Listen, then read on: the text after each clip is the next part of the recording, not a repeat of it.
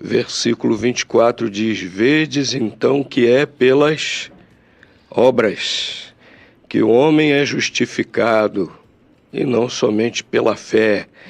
Então, esse capítulo tem dado polêmicas, às vezes tem sido mal compreendido, mas se nós o lemos todos, se nós procuramos entendê-lo como uma parte completa, nós vamos entender que não é isso que está aqui. Quando a gente pega o versículo isoladamente, ele é muito importante para a nossa vida cristã, para o nosso relacionamento uns com os outros e, obviamente, para o nosso relacionamento com Deus, para a nossa comunhão com Deus, porque ele fala da nossa fé, da fé que salva, da fé que justifica, não é? É verdade, é verdade.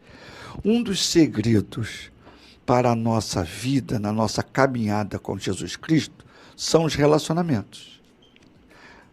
Que não é só para a nossa vida, na nossa caminhada com Jesus Cristo. É um dos segredos para a vida em um todo. E aqui, realmente, o capítulo 2 de Tiago vai falar sobre isso, sobre a importância do tratamento para os relacionamentos entre as pessoas, né, pastor? Exatamente, a primeira parte dele é muito importante nisso, né?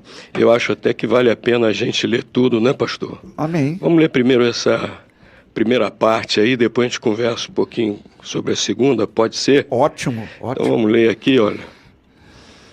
Tiago capítulo 2, vamos ler a primeira parte até o versículo 13. Você tem Bíblia aí na sua casa, ou seu aparelho celular, se você puder, por favor, acompanha aí, vai lendo junto, né? Meus irmãos, não tenhais a fé em nosso Senhor Jesus Cristo, Senhor da glória, em acepção de pessoas. Porque se entrar na vossa reunião algum homem com anel de ouro no dedo e com traje esplêndido, e entrar também algum pobre com traje sórdido, e atentardes para o que vem com traje esplêndido, e lhe disserdes: senta-te aqui num lugar de honra, e disserdes ao pobre: fica aí, em pé, ou senta-te abaixo do estrado dos meus pés. Não fazeis, porventura, distinção entre vós mesmos, e não vos tornais juízes, movidos de maus pensamentos? Ouvi, meus amados irmãos, não escolheu Deus os que são pobres quanto ao mundo, para fazê-los ricos na fé e herdeiros no reino que prometeu aos que o amam? Mas vós desonrastes o pobre. Porventura não são os ricos os que vos oprimem e os que vos arrastam aos tribunais? Não blasfemam eles o bom nome pelo qual sois chamados? Todavia, se estás cumprindo a lei real, segundo a Escritura, amarás ao teu próximo como a ti mesmo, fazeis bem. Mas, se fazeis acepção de pessoas, cometeis pecado, sendo por isso condenados pela lei como transgressores. Pois, qualquer que guardar toda a lei, mas tropeçar em um só ponto, tem se tornado culpado de todos. Porque o mesmo que disse, não adulterarás, também disse, não matarás. Ora, se não cometes adultério, mas és homicida, te has tornado transgressor da lei. Falai de tal maneira, e de tal maneira procedei, como havendo de ser julgados pela lei da liberdade. Porque o juízo será sem misericórdia para aquele que não usou de misericórdia. A misericórdia triunfa sobre o juízo. Amém. Amém. Logo o versículo 1 está dizendo aqui, a palavra de Deus, que a fé em Cristo não combina com a falta de misericórdia, com a falta de amor. Que a ordem aqui que nós não podemos ter a fé em Cristo junto com a acepção de pessoas. E Tiago fala aqui, inspirado por Deus, obviamente, de algo que acontecia naquela época em algumas igrejas e que hoje às vezes também acontece, né? De se dar honra àquele que tem dinheiro, àquele que chega muito bem vestido. Se fosse hoje que essa epístola fosse escrita, mencionaria também aquele que chega num carrão, né? E chega num carrão e com aquelas roupas de grife, né, que diz esplendidamente trajado, né, e recebe um lugar de honra no culto. E o pobre chega e é tratado com desdém. Tiago fala disso como uma manifestação desse pecado, da falta de amor, falta de misericórdia, que se manifesta em fazer essa acepção entre pessoas.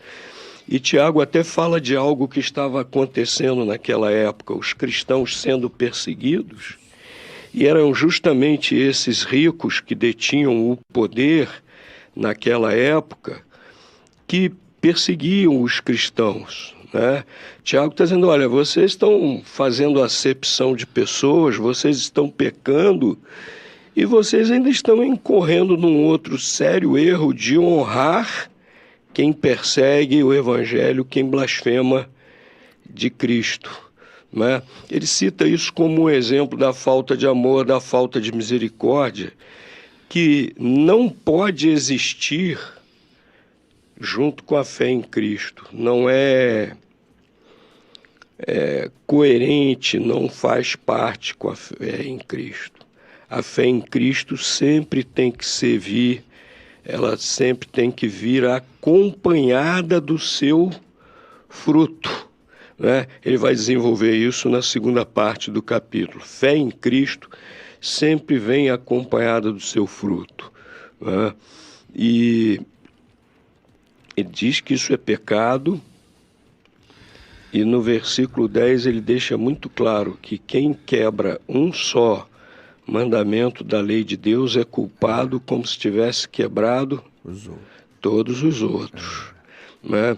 Então quem não está exercendo amor, quem não está exercendo misericórdia, está quebrando a lei de Deus, e é como se estivesse quebrando todos os outros mandamentos. Isso é importantíssimo para nós. E outra coisa muito importante que ele fala nessa primeira parte aqui, nos traz a palavra de Deus nessa primeira parte, versículo 12. Nossas ações, nossa maneira de viver precisa ser coerente com a nossa fé, com aquilo que nós professamos, com aquilo que nós falamos com a nossa boca, né? Falai de tal maneira e de tal maneira procedei. Nós não podemos ter uma fé somente aqui na mente ou no nosso coração. A nossa maneira de viver precisa ser coerente com a nossa fé. A nossa fé precisa produzir frutos, os frutos da fé. E nisso tudo aqui que Tiago está dizendo, ele está sendo perfeitamente harmônico, coerente com os ensinos de Jesus, dos outros apóstolos, do apóstolo Paulo.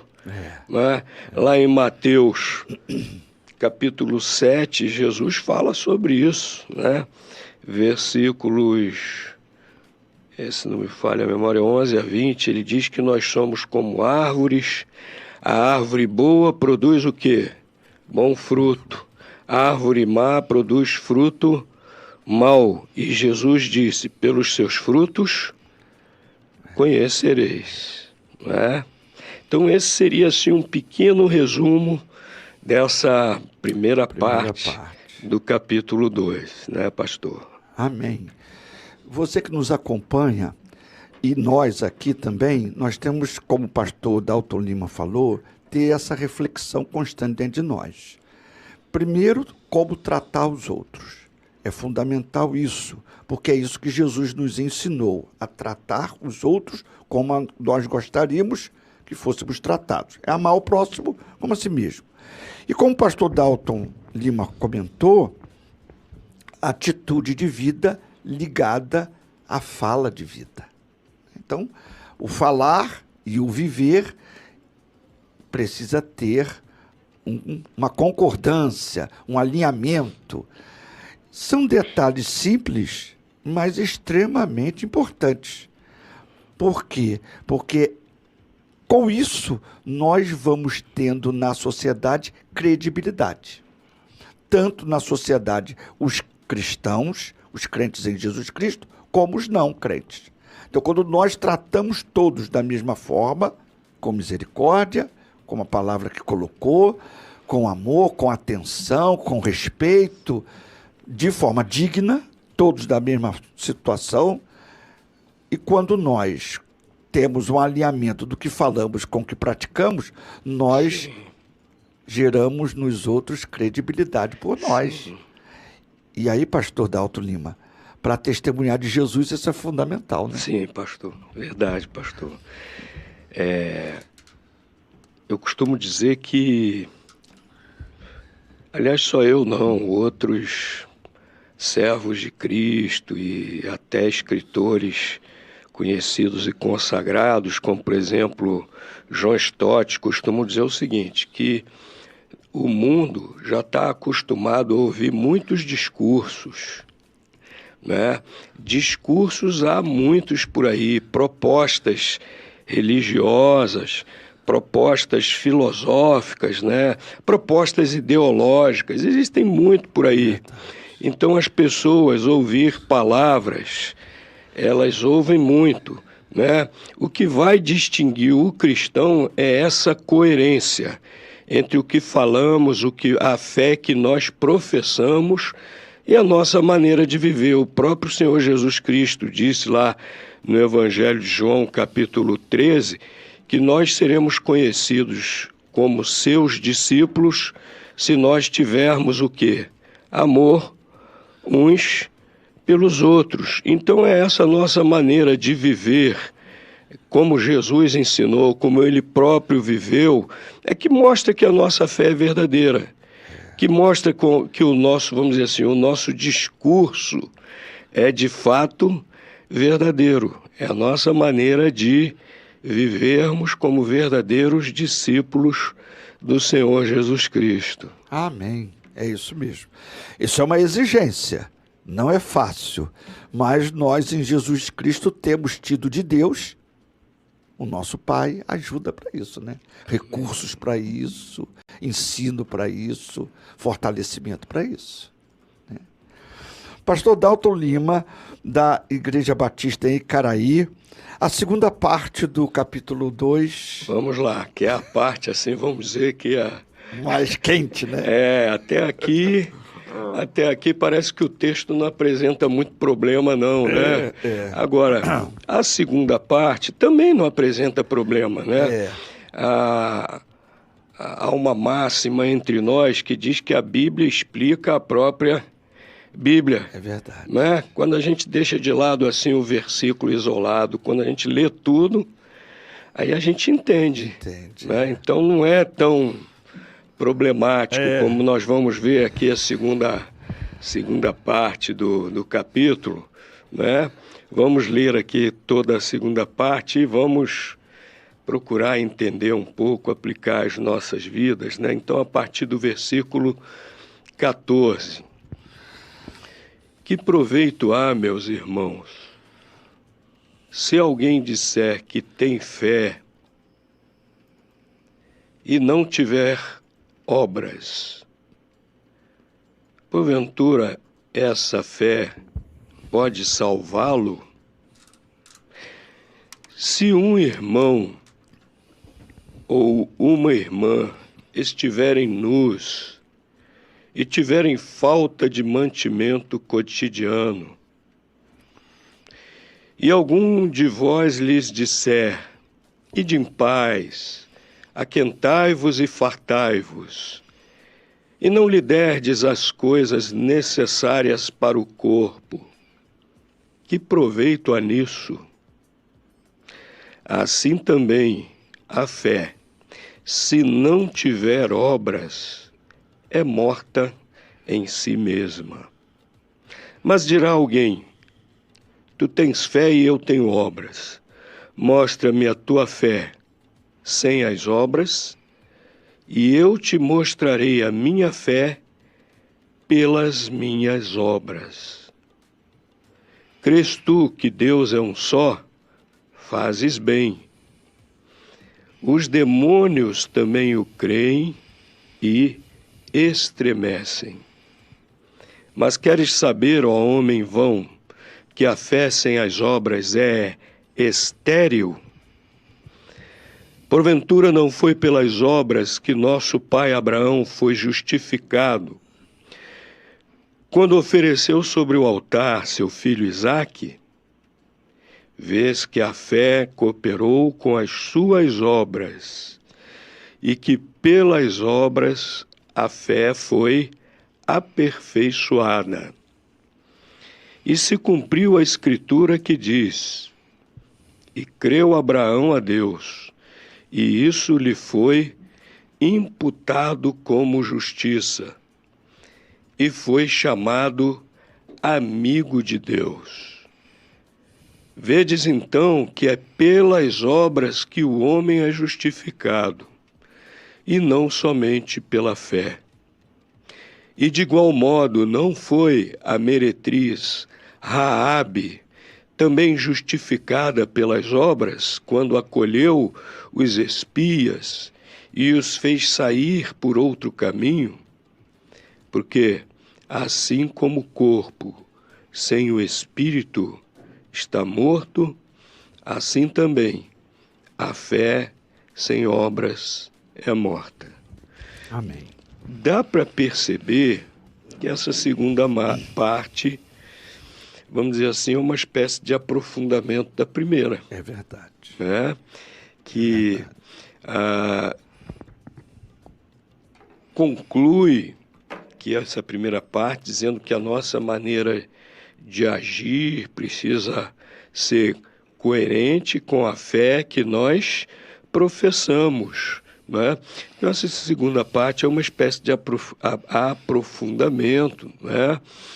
O escritor sagrado aqui, inspirado por Deus, inclusive usa alguns exemplos, como o de Abraão, o de Raabe, e um exemplo muito prático também dentro das igrejas. Naquela época, como eu falei, cristãos estavam sendo perseguidos.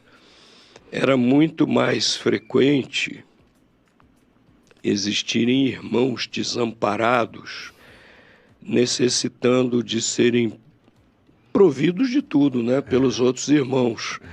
Né? Alguns dizem que Tiago escreveu essa epístola quando houve a primeira perseguição aos cristãos, movida pelo Sinédrio, liderada pelo apóstolo Paulo, quando os crentes de Jerusalém tiveram que fugir, se espalhar por toda parte. Né? Lá em Jerusalém ficaram alguns apóstolos, entre eles Tiago e João, né? E os outros crentes, a maioria teve que fugir. E muitos deixavam seus bens para trás, e os irmãos que conseguiam se colocar melhor, né? Os irmãos que conseguiam levar algum bem, algum dinheiro, né, se deparavam com essa situação dos outros que estavam aqui, como Tiago descreveu, sem roupa, sem abrigo, sem mantimento cotidiano, sem comida. Então, se a fé em Cristo é verdadeira, ela vai produzir esse resultado.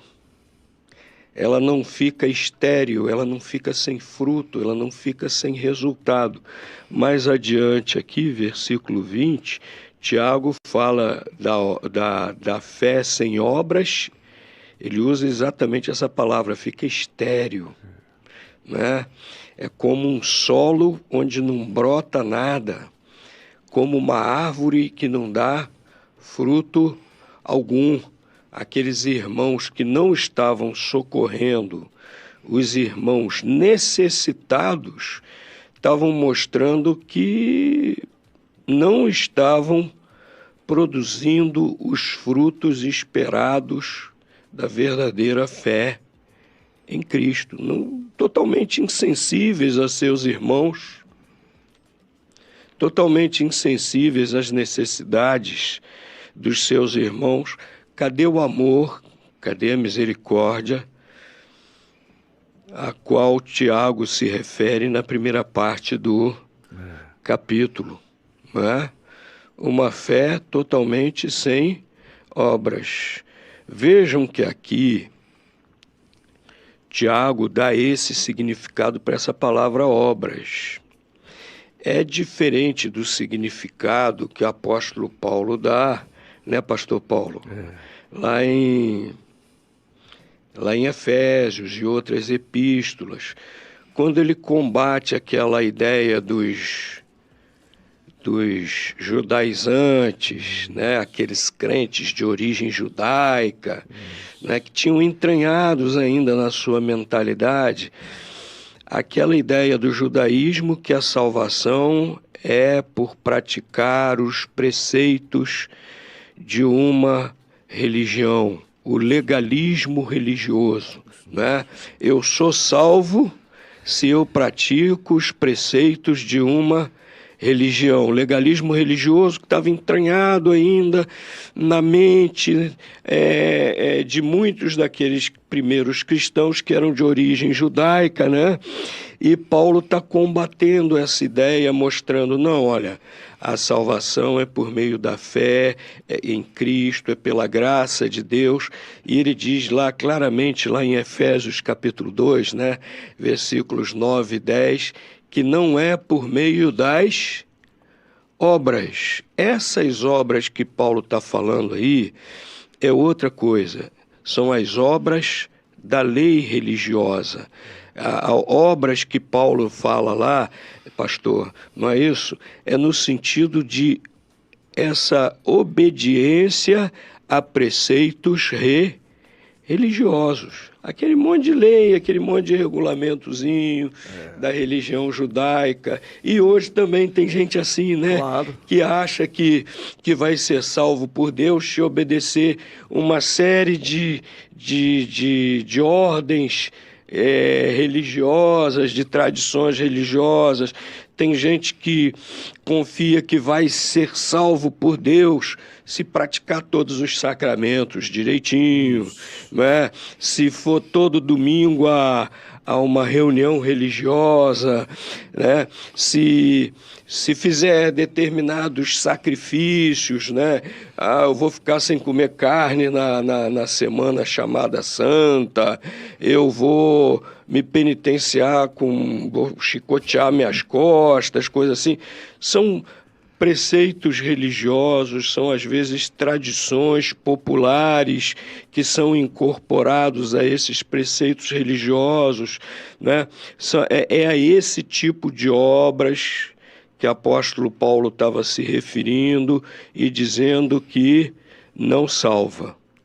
Agora, Tiago aqui, quando está falando de obras, ele está falando de obras que são resultado da fé, ações, atitudes que são resultado da fé. É disso que Tiago está falando aqui quando fala de obras. A gente vê muito nitidamente aqui, quando ele se refere aqui logo à misericórdia, a amor com os irmãos que estão necessitando de serem amparados, né? E a gente vê isso mais claramente também quando ele se refere a Abraão e a Raabe. dois exemplos de submissão total a Deus e de confiança total em Deus, né? Abraão é citado aqui por Tiago como exemplo de fé verdadeira, porque Abraão não ficou só em palavras, não ficou só na cabecinha, ele agiu. E ele agiu em obediência a Deus. E inclusive Tiago cita aqui sua prova máxima de fé, né, versículo 21, dizendo que ele foi justificado quando fez o quê? Ofereceu seu filho Isaque sobre o altar. Estão lembrados desse episódio, né, pastor? É verdade. É episódio quando Deus falou para Abraão, olha, pega teu filho Isaque, leva lá para o monte que eu vou te mostrar, sacrifica ele em adoração a mim. O que Abraão fez? Discutiu com Deus, mas é o filho da promessa, Senhor, meu único filho, eu amo tanto. Acho que eu faria isso no lugar de Abraão, né? Ficaria tentando argumentar com Deus. Abraão não fez nada disso. A palavra de Deus diz que Abraão chamou Isaque, seus servos, caminhou durante alguns dias até aquele monte. Isso. Né? O próprio Monte Sião, lá próximo de onde depois Jesus foi morto na cruz, né? E ele preparou o sacrifício todinho, botou Isaque sobre o altar e disse que ele preparou o cutelo. Imaginem vocês que são pais, a dor no coração de Abraão, né? Preparou o cutelo e quando ia sacrificar Isaque, o mensageiro de Deus gritou para Abraão, não faz isso. Não faz isso, porque Deus já viu o que vai no seu coração, que você em tudo é fiel, em tudo você é obediente. Deus realmente pode contar com você, que em tudo você é obediente, fiel, submisso a Deus, né? E aí no lugar de Isaque foi sacrificado a Deus um cordeirinho que estava preso ali perto, emaranhado pelos chifres, né? Num arbusto, né? Já mostrando que Jesus, o Cordeiro de Deus, é que seria sacrificado em nosso lugar. Então Abraão mostrou fé verdadeira. A sua obra ali, a sua atitude de obediência a Deus. E o livro de Hebreus, lá no capítulo 11, diz não só obediência, mas confiança. Lá em Hebreus, no capítulo 11, diz que Abraão cria que Deus seria poderoso e misericordioso para ressuscitar Isaque, né, se ele de fato sacrificasse Isaque. Então, obediência e confiança. Uma obra, uma ação, uma atitude de obediência a Deus, de confiança na misericórdia, no poder de Deus. Então, isso é a obra a qual Tiago se refere. Essa submissão a Deus em confiança, ao que Deus mandar, né, ao que Deus pedir de nós. Isso não quer dizer que ele vai pedir você agora, hoje, para sacrificar seu filho, não. Isso ele pediu especificamente, né, pastor? Para Abraão, né, pastor? E hoje, às vezes, até tem pessoas que confundem um pouco as coisas. O que Deus pede para nós hoje está aqui na sua palavra, né, pastor? E o que ele pede para nós aqui, né, e quando ele fala conosco e pede para nós algo especificamente, sempre estará de acordo com a sua palavra. Né? Se vier algo ao nosso coração que não está de acordo com a palavra de Deus, não é de Deus, não. Se ele fala algo ao nosso coração, está de acordo com sua palavra. Se veio algo ao seu coração que não está de acordo com a palavra dele aqui, com a Bíblia, você pode esquecer. Não foi de Deus, não. Foi da sua própria mente. Né? Foi da sua própria mente, foi da nossa carne, mas não de Deus. O que Deus nos fala, né, sempre está de acordo com a sua palavra. Mas o fato foi que Deus pediu aquilo especificamente a Abraão. E Abraão mostrou obra da fé. Abraão manifestou atitude coerente com a sua fé. Não era uma fé somente de professar, né? Eu creio em Deus, né? Era uma fé de realmente as suas ações, as suas atitudes, as suas obras serem coerentes com a sua fé. Raabe também.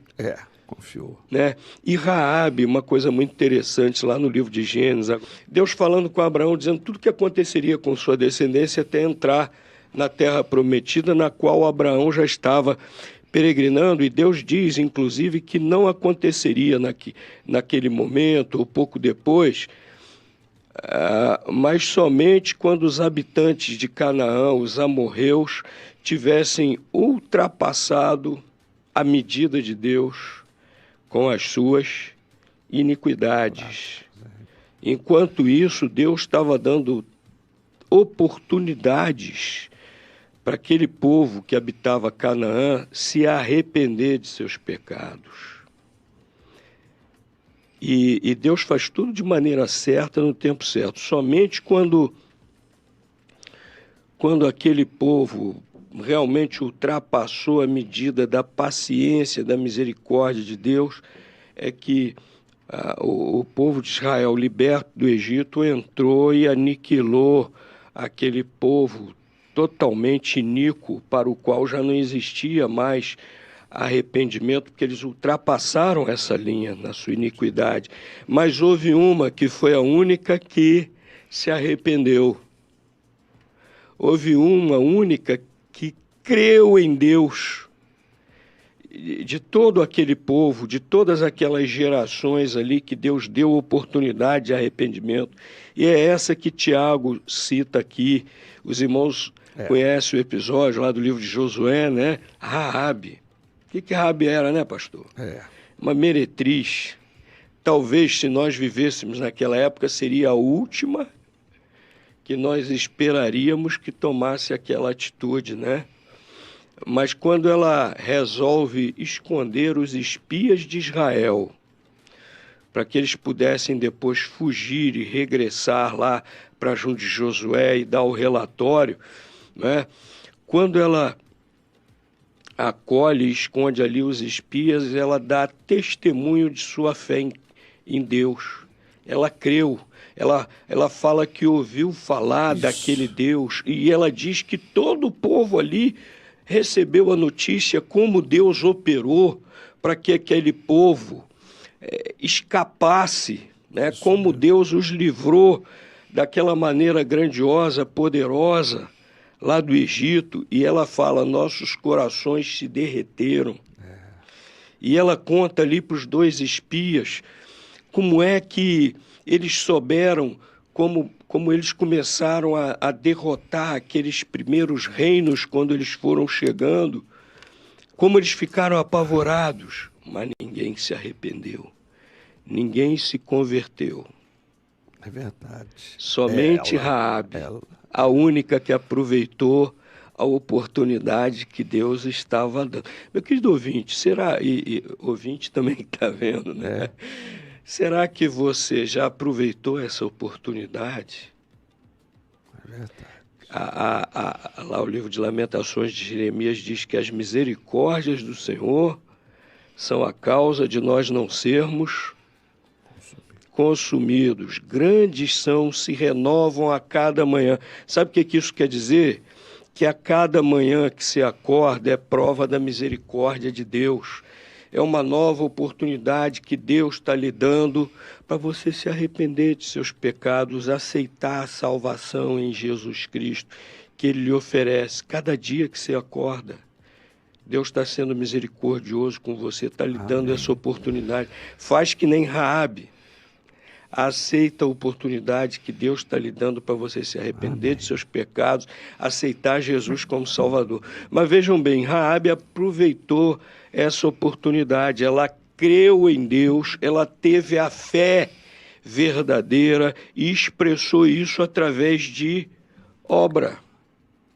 Além de se arrepender de seu pecado, mudar de vida, ela inclusive é uma antepassada do Senhor Jesus Cristo. É verdade. né? Antepassada do Senhor Jesus Cristo, bisavó do pai do rei Davi, bisavó de Jessé. Ela mudou de vida, de meretriz virou uma mulher honrada, mãe de família.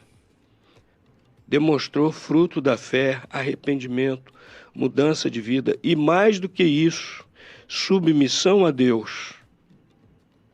Ela creu em Deus, confiou em Deus, cooperou com os propósitos de Deus ali, escondendo os dois espias. E para isso ela precisou confiar muito em Deus. É verdade. Porque ela se arriscou muito, né, pastor? A realidade dela, aquilo ali era difícil. Sim. Bastante difícil. Poderia ser pega, morta, né, pastor? Com certeza. Não haveria misericórdia. Não haveria. Graças a Deus, assim como Raabe, nós podemos hoje nos arrepender e viver algo novo em Jesus Cristo. Nós estamos caminhando para encerrar esse momento aqui, nesta semana, conversando com o pastor Dalton Lima sobre o capítulo 2 do livro de Tiago. Aqui, como o pastor Dalton já comentou, Paulo escreve sobre os atos religiosos, que eles não são tão importantes. O importante é nascer de novo em Jesus Cristo. É a fé em Jesus Cristo. E aqui Tiago escreve que nascer de novo em Jesus Cristo é uma bênção, mas essa fé vai ter consequência de ações. Exatamente. Vai ter consequência de amor ao próximo, de ajudar o próximo. Então, as obras que Tiago aqui coloca são obras consequência da nossa fé ao nascermos de novo em Jesus Cristo. E não, como o pastor Dalton Lima bem colocou, de atos religiosos amarrados em dogmas, em regras religiosamente estabelecidas, né, pastor? Exatamente. O que nós fazemos hoje não é por imposições de regrinhas religiosas que nós vamos cumprir achando que seremos salvos. Não. O que nós fazemos hoje é consequência, é fruto, não é? É obra coerente com a nossa fé, resultante da nossa fé. Esse capítulo aqui, como eu falei, tem muita coisa aqui, mas para resumir, por causa do tempo, né, para concluir, o resuminho dele, vamos dizer assim, desse capítulo, o versículo-chave, é o versículo 18, né? Que diz que nós demonstramos a nossa fé, a fé em Cristo, a fé que salva. Nós mostramos a nossa fé por meio das obras, né? Essas obras que Tiago aqui exemplificou, amor, misericórdia, e o exemplo aqui também de Abraão e Raabe, né? A obediência, a submissão a Deus, a confiança, a dependência de Deus, a vida transformada por Deus, né? O antes e o depois, são essas obras às quais Tiago está se referindo aqui, que são fruto da fé, né? Sob esse aspecto aqui, esse texto aqui, é muito semelhante a Gálatas capítulo 5, quando o apóstolo Paulo fala do fruto do Espírito, né? Quando nós cremos realmente em Jesus Cristo de todo o coração, quando nós temos fé em Jesus Cristo, então o Espírito Santo habita em nós e produz o fruto do Espírito, como Paulo chama, e aqui Tiago chama de obras da fé. Amém. Graças a Deus. Estamos encerrando. Muito obrigado pela tua companhia, pela tua atenção. Quero agradecer ao pastor Dalton Lima. Foi um prazer, muito obrigado. Da Igreja Batista em Caraí. É um amigo nosso de muitos anos que está retornando, né? Obrigado, pastor. Nós estamos encerrando. Pastor Dalton quer trazer alguma palavra de encerramento, de conclusão? Agradecimento à Rádio Ramá ao pastor, né? Pastor Eric, assim, companheiro de longa data, né? E a todos os irmãos, amigos que acompanharam. Deus abençoe muito todos vocês. Amém. Graças a Deus. Que Deus te abençoe, como o pastor Dalton Lima acabou de dizer. Até a próxima semana com o programa Coinonia e com a graça em Jesus Cristo.